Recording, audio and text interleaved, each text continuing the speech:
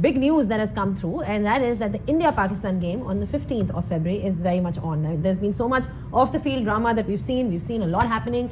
होगा मैच नहीं होगा, एम्बिग्विटी काफ़ी ज़्यादा थी सिकंदर, लेकिन for the fans of India-Pakistan rivalry the good news is happening. और एक प्रेस रिलीज भी आई है आईसीसी की तरफ से which is important to address it. It's basically for Bangladesh के जी एक पीसीबी बीसीबी और आईसीसी के बीच में डायलॉग हुआ, मीटिंग्स हुई. हमने देखा था कि कल उनके चेयरमैन भी आए हुए थे Pakistan to talk about things, and there was an ICC representative in the form of Imran Khwaja.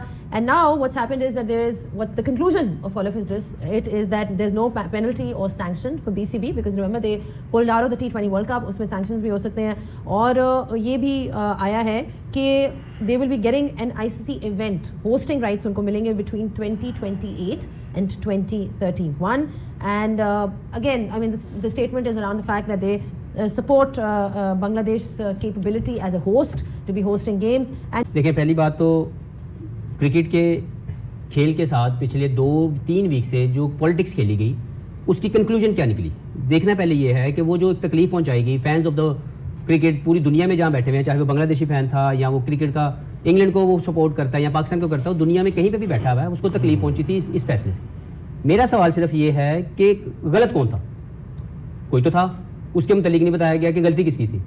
Compensation दी जा रही है किस बेस पे, गलती करने के ऊपर, तो मानी क्यों नहीं गई. उसके बाद कहा जा रहा है कि जी इंटेग्रिटी और स्पिरिट को बचाने के लिए हम ये फैसला ले रहे हैं. तो वो जो इसके दावेदार हैं अब, वो पहले कहाँ थे. तो सवालात ये हैं कि इस तरह का मोड़ आया क्यों. ये आईसीसी का टोटल फेलियर है, उनके एडमिनिस्ट्रेशन का टोटल फेलियर है. ये पहले एक्सेप्ट किया जाए, फिर जो मर्जी इसके अंदर बांग्लादेश को फेवर मिले या उनको कोई टूर्नामेंट मिले, उनको पार्टिसिपेशन फी मिले, उनके ऊपर सैंक्शन न लगे, ये बात बिल्कुल ठीक है. लेकिन वो गलत किरदार जिसने भी निभाया है वो सामने आना चाहिए. और अगर वो छुप जाता है तो इस तरह के केसेस शायद दोबारा भी हमें देखने को मिले, क्योंकि जब तक गलती का एहसास अगर हो गया और उसको हाईलाइट नहीं किया जाएगा, उसको माना नहीं जाएगा, तो आप बेहतर नहीं हो सकते. तो मुझे ये लगता है कि सारे मामले में मुझे अभी तक ये नहीं समझ आ सकी कि इसमें गलत कौन था.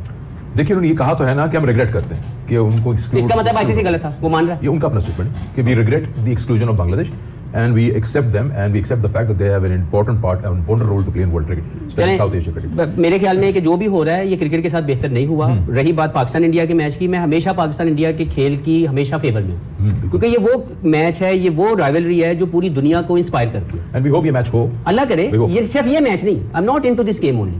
मैं ये चाहता हूँ कि इंडिया पाकिस्तान के मैचेस रूटीन में हो, पॉलिटिक्स को हमेशा के लिए बाहर निकाला जाए और इस खेल को बढ़ाने में या स्प्रेड करने में जो इंडिया पाकिस्तान अपना रोल प्ले कर सकता है उसको पूरी इजाजत देनी चाहिए. कहीं पे भी ये खेल ना रुके पॉलिटिक्स की वजह से. ठीक है. दूसरी चीज, पाकिस्तान और इंडिया के मैच को लेके जो भी सिनेरियो निकले, हम हमेशा इंटेग्रिटी और स्पिरिट ऑफ द गेम को हाई रखने की बात करते हैं. जब भी ये मैच हो, अगर 15 तारीख को मैच हो, तो उसमें टोटल स्पोर्ट्समैन स्पिरिट जो है वो दिखानी चाहिए. कहीं पे भी इस तरह की हमें मैच नहीं चाहिए. अगर वैसे ही खेलना है जैसा आप एशिया कप खेलना है, मैं कम से कम चाहता हूँ कि मैं वो मैच ना देखूं, क्योंकि आपको मजा नहीं आएगा कि अगर वो खेल भी खेला जा रहा है लेकिन स्पिरिट नहीं है. खेल भी खेला जा रहा है लेकिन हम लोग एम्बेसडर बन के अपना खेल ही नहीं खेल रहे. हम कुछ और बन के, पॉलिटिशियन अगर बनना है तो कहीं और चले जाए ना, पार्लियामेंट में जाने की कोशिश करें. ग्राउंड में वो बंदा है जिसने क्रिकेट खेलनी. And also, you were talking about sportsman spirit. So Glenn, you've played a lot of games against India in your time, and वो वक्त different था. Just in terms of the rivalry. एक ऑफ द फील्ड भी आपकी I guess बैठक थी, उठक बैठक थी, उनके साथ दोस्ती थी. कौन से ऐसे प्लेयर्स थे हु वर फ्रेंडली आपस में, या किस किस्म का माहौल था? Let's go back into that time because it's important to draw comparison है only because at the end of the day हम यही चाहते हैं कि क्रिकेट जो है एक अच्छे स्पिरिट में, it's a sport and it should be played in the right manner. देखिए, आपने जो क्वेश्चन किया, हाफिज़ ने जो एक्सप्लेनेशन दी, मुझे नहीं लगता कि ये वापस वो चीज़ें आने वाली हैं, क्योंकि ये बहुत आगे चली गई हैं और उधर से दूसरी साइड से, तो वो नहीं चाहेंगे इस तरह. इसको रखा ही इसीलिए कि इसके अंदर जो है ना वो सियासत अपनी चमकाए और इसको इसी तरह करते चले जाएंगे. देखें, पैसा जाता है, बढ़ता है, और हर दूसरे दिन आगे कहते हैं जी ये हमने कमाया, आईसीसी को दे दिया, आप खा रहे हो, हम कमा रहे हैं. ये जनाब इनके पास कुछ है ही नहीं है. हर दूसरे चौथे दिन इस तरह बात कर लेते हैं और ये बात करे चले जा रहे हैं. इनका दिमाग इतना ख़राब हो गया. वो किसी एक्स क्रिकेटर से पूछ लें, वो कहते हैं जी हम उधर जाके नहीं खेलेंगे. क्यों? उनके पास पैसे नहीं है, हमारे पास पैसा बहुत ज़्यादा है. ये बातें करने वाली हैं. और अभी एक एक्स क्रिकेटर साहब, मैं उनका नाम फिर नहीं लूँगा क्योंकि अच्छा नहीं लगता, उनसे किसी ने पूछा कि देखें जी पाकिस्तान जो है वो इस तरह की बात करता है और कहते हैं जी हमारी इंटेग्रिटी, इज़्ज़त और ये वो. कहें जी देखें, मैं बात करने से पहले जिसकी तो इज़्ज़त नहीं होती वो क्या इज़्ज़त की बात करेगा यार. कोई अकल के बात करो, क्या किस किस्म की आप दकियानुसी बातें कर रहे हो? ये एक्स क्रिकेटर है, और मैं ये समझता हूँ जो खिलाड़ी होते हैं उनको आप कहते हैं ये हीरो हैं, स्टार्स हैं, और स्टार सबके लिए चमकते हैं और हीरो सबके होते हैं। आप हीरो बन के तो दिखाओ ना यार। चलो वो जो कर रहे हैं सियासत वो तो कर रहे हैं, चमका रहे हैं सियासत, भाई तुम लोग तो ऐसी बातें ना करो यार, तुम्हें अकल नहीं आ रही है। तुम जब चौका मारोगे, छक्का मारोगे, आउट करोगे, सब लोग तालियां मारते हैं, इधर से भी उधर से भी, तो आपको ये समझ ही नहीं आ रही है। मैं तो कहता हूँ कि उनको अकल आनी चाहिए, हमारे जो बॉर्डर की दूसरी साइड पे, कि थोड़ी अकलमंदाना बात करें। जो एक्स क्रिकेटर बैठे हुए हैं, बड़े बड़े जितने भी हैं, वो भी इतनी अजीब किस्म की बातें कर रहे हैं, नफरत फैला रहे हैं, और उनको समझ नहीं आ रही है गेम जो क्रिकेट है इसका मकसद क्या है। ये अमन का, यूनिटी का पैगाम देती है ये क्रिकेट। मुझे याद पड़ता है हम लोग क्रिकेट खेलने के लिए गए और अमेरिका में क्रिकेट ऑल स्टार जो थी, उसमें फैंस ने सारे झंडे सिलवा के ना एक झंडा बनाया हुआ था, और उसमें जो बीच वाला तो इंडिया पाकिस्तान का झंडा था, और इधर इंडियन खड़े थे, इधर पाकिस्तान। अभी भी आप जाएंगे सोशल मीडिया पे आपको मिलेगा।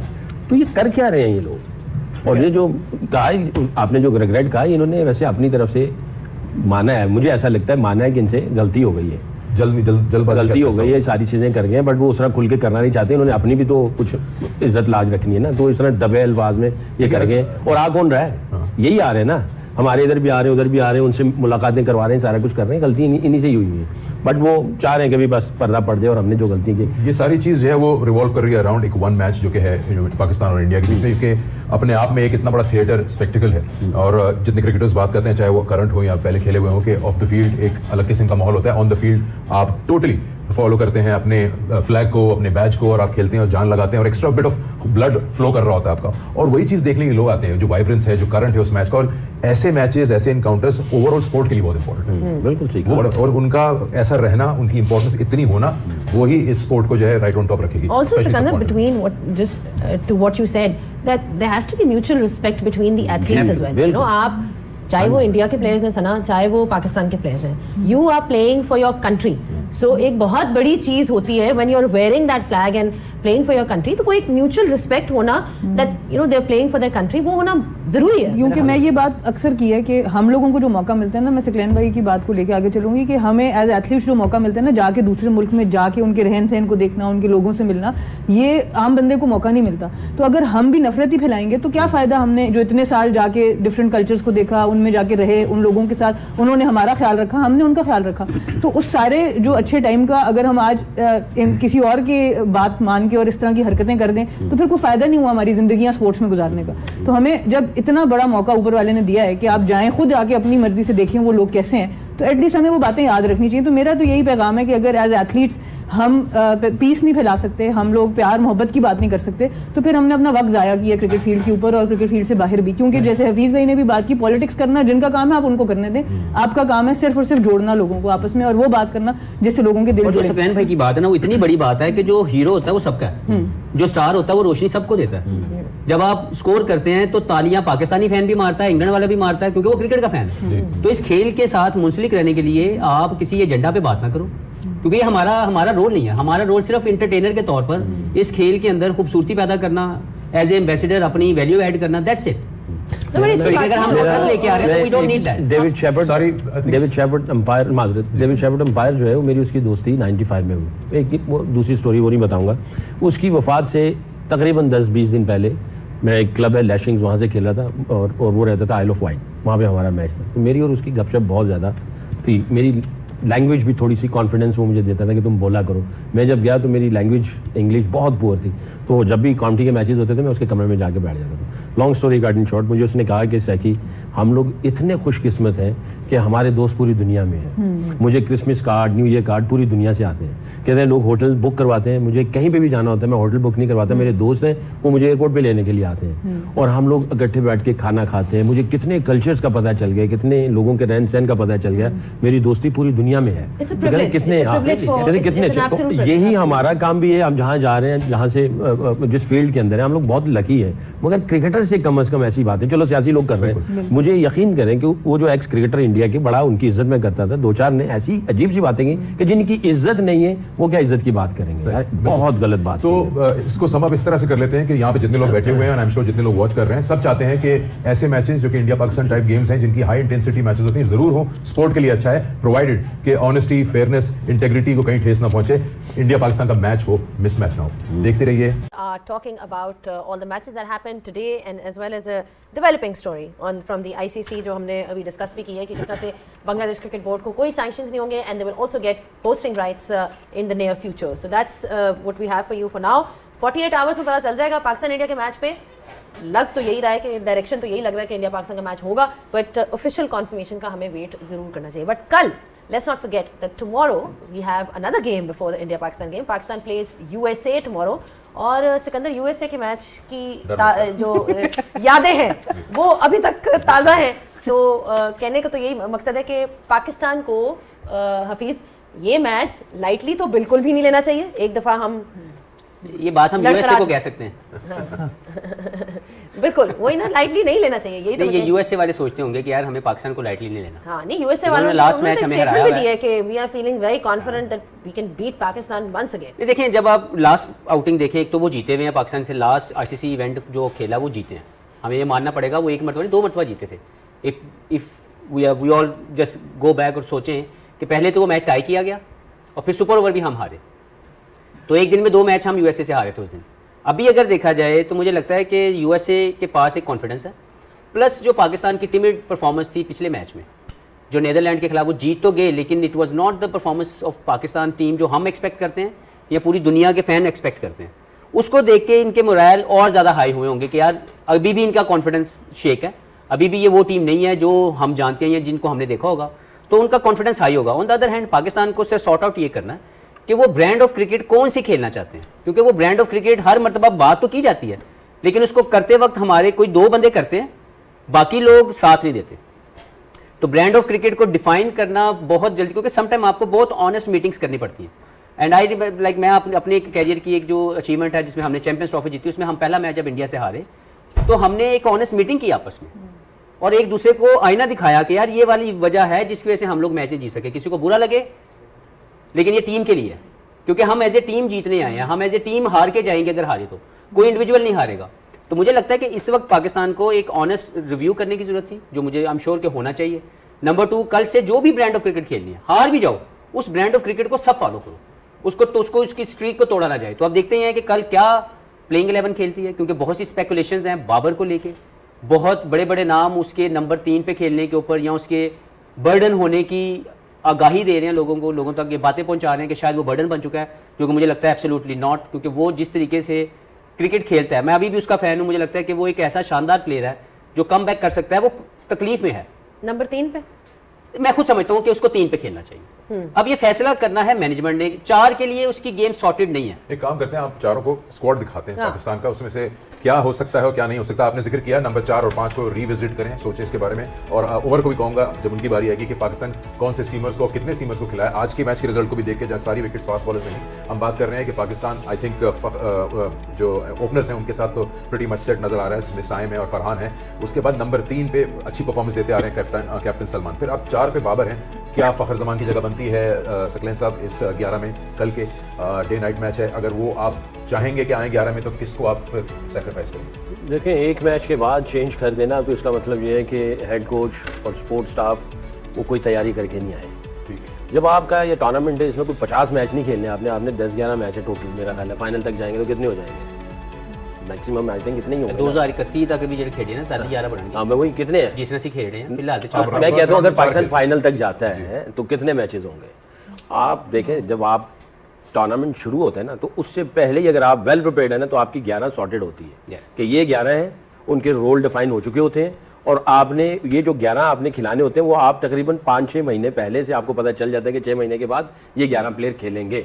और हर अभी एक मैच के बाद फिर चेंज कर देना, फिर अगले मैच में फिर चेंज करेंगे, इसका मतलब ये कि आप सिर्फ 11 ही ढूंढ रहे हैं और टूर्नामेंट खत्म हो गया। आपकी बात बिल्कुल सही है, लेकिन जैसे आपने कल खुद ही जिक्र किया था इस बात का कि आप एज अ साइड ऑपोजिशन को देखते हुए अपना बेस्ट 11 उतारते हैं, तो कहीं फाइन ट्यून की तो गुंजाइश होती होगी कि हॉर्सेस फॉर कोर्सेज? ये होता है, हॉर्सेस फॉर कोर्सेज होता है, बट देखें वो हॉर्सेस फॉर कोर्सेज वहाँ होते हैं जब कंडीशन बहुत ज़्यादा फर्क पड़ जाए उसमें। या ऑपोजिशन में थोड़ा सा फर्क पड़ जाए, फिर आप हॉर्सेस फॉर कोर्सेज चल रहे होते हैं। बट मैं ये समझता हूँ, मैं जब हेड कोच था तो मैंने 6 महीने पहले से ही आवाज़ लगानी शुरू कर दी थी, मैंने अपनी 11 अभी से बनानी, ठीक है। और 10 आइडियली तो यही होना चाहिए जो ये बता रहे हैं। अब जब आप जाते हैं तो आप एक मैच के बाद एक चेंज, एक मैच के बाद एक चेंज, और इसी तरह फ्लोटर और नंबर चेंज होते चले जाएंगे ना, तो आप सिर्फ एक्सपेरिमेंट कर रहे हैं। आप ये सारे एक्सपेरिमेंट आपको पहले करने चाहिए। आई नो आप कह रहे हैं कि फखर की जगह बनती है, नहीं, मैं फखर की बात भी नहीं कर रहा, मैं कह रहा हूँ आपने खुद कहा कि ज्यादा मैचेस नहीं है, कम मैचेस हैं, तो आया या तो आप बिल्कुल उस वक्त तक वेट करें when you lost your opportunity to qualify in the next round, या आप अभी उस गलती को या उस पॉसिबिलिटी को रेक्टिफाई करें। देखें, मैं अगर हेड कोच होता तो मैं फखर को जरूर रखता। बाबर का जो इशू चल रहा था स्ट्राइक रेट का ही था ना, जिसकी बात हम कर रहे थे कि स्ट्राइक रेट नहीं है, मॉडर्न डे क्रिकेट नहीं खेल रहा। स्पिन के अगेंस्ट स्टेटमेंट जो कोच ने दी थी वो ये थी कि स्पिन के अगेंस्ट ही नहीं, उससे पहले और इसीलिए तो श्रीलंका में चौथे नंबर पे खिलाया। उससे पहले स्ट्राइक रेट था, फिर स्पिन के ऊपर आ गए। देखिए स्ट्राइक रेट उसका जिस नंबर पे था उसके ऊपर आप डिमांड रखते कि हमें इधर स्ट्राइक रेट ऊपर चाहिए, उसी नंबर पे, तो आप किसी को चेंज ना करते, वो सारे नंबर चल रहे होते। इसका मैं आपको सिंपल फॉर्मूला बताता हूँ। अगर आपने 170 करना है ना, तो आप गूगल में डालेंगे टीम का स्ट्राइक रेट क्या होना चाहिए, वो आपके पास स्ट्राइक रेट आ जाता है। फिर आप अपने प्लेयरों के स्ट्राइक रेट देखते हैं, आपको उसके स्ट्राइक रेट मिलते हैं। जब आप उसको प्लस करते हैं तो आपके पास टीम का स्ट्राइक रेट आता है और प्लेयर्स का स्ट्राइक रेट आता है। 170, 180, 190, 200, 210 पे करने पे क्या है, अब जिस प्लेयर के जहाँ सारे स्ट्राइक रेट हैं आप उनके अंदर डिस्ट्रीब्यूट कर देते हैं, प्लस डिलीवरीज उसमें से डॉट निकाल देते हैं कि भाई डॉट इतने होने नहीं चाहिए। जब आप डिस्ट्रीब्यूट कर देते हैं तो आप बर्डन सब पे दे देते हैं, सबकी जिम्मेदारी देते हैं। सपोज अगर बाबर का एक 20, एक 25 या एक 10-12 चल रहा है, उसको कहेंगे आप 10 है तो 15 करो, 15 है तो 20 करो। इसी तरह सबको आप डिवाइड करते हैं और आप उतने पार स्कोर को जो होता है उस पर आ जाते हैं। उसका नंबर कुछ छोड़ता और ऊपर से लेके नीचे लेके आगे आप कह रहे हैं आपका स्ट्राइक रेट को भी करो और जनाब आप स्पिन को भी सही करो। तो आप जब एक को करोगे ना तो एक नहीं होता चेंज, इसमें सारे चेंज हो जाते हैं, हर किसी का गेम प्लान चेंज हो जाता है। तो आपने एक नहीं काफी चेंजिंग कर ली हुई है, तो इसी वक्त कंफ्यूजन चल रही है। अच्छा चले, वो तो कंफ्यूजन होती रही। ऑफिशियल आ गया news, by the way tweet भी आ गया गवर्नमेंट ऑफ पाकिस्तान की तरफ से कि पाकिस्तान इंडिया का मैच होगा, कंसीडरिंग द डिस्कशंस, जो बातें हुई, जो बातें हुई, जो डिस्कशंस हुई,